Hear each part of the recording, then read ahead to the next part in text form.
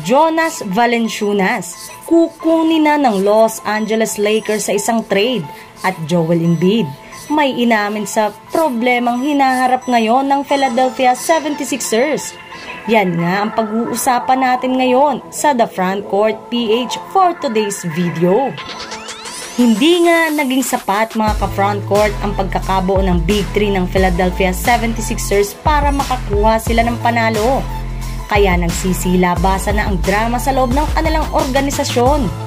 Nauna na nga dyan ay ang paglabas ng balita noong nakarang araw na kinumpronta nga ni Tyrese Maxey ang kanilang superstar teammate na si Joel Embiid dahil sa pagiging late nito sa kanilang meeting. At pagkatapos nga na matalong muli ng 76ers ay ibinulgar na nga na mismong si Joel Embiid na nga ang nagsabi na mas gusto nga daw po nito na kunin ng kanilang front office si Jimmy Butler ng nagdaang off-season kesa kay Paul George na ayaw rin naman nga nito na maging kakampi.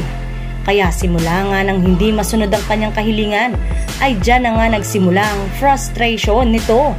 Samantala, dahil nga sa pagkakaputol ng win streak ng Los Angeles Lakers ay naghahanap ng center na maaaring idagdag sa kanilang lineup. Ayon sa ulat ni Shams Charania ng ESPN, habang malakas ang simula ng Lakers ngayong season na may 10-4 record, lalo na at magandang pinapakita ng kanilang mga key player, lalo na ang kanilang rookie na si Dalton Knecht na magandang nilalaro ngayon. Naniniwala ang front office ng Lakers na kailangan pa nila ng mas malaking center sa loob ng paint upang mas maging competitive sila laban sa malalakas na team sa liga. Ilan sa mga pangalang lumulutang bilang potensyal na target ay sina Dwight Howard, Robert Williams at Jonas Valanciunas. Si Dwight Howard nga, isang dating Lakers at NBA champion noong 2020, ay kilala sa kanyang depensa at rebounding.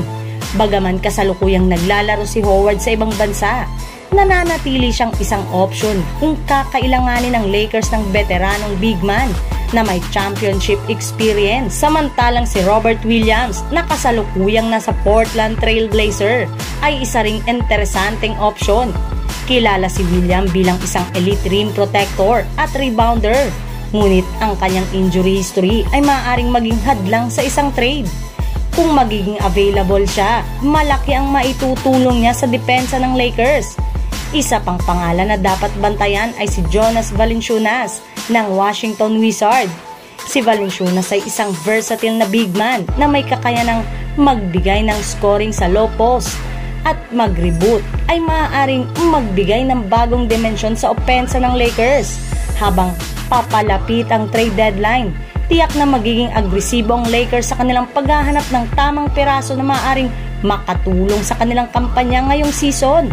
Ang pagkuha ng isang maaasahang center ay hindi lamang magpapalakas sa kanilang lineup, kundi magbibigay rin ng mas magandang tsansa na makipagsabayan sa mga contenders sa playoffs.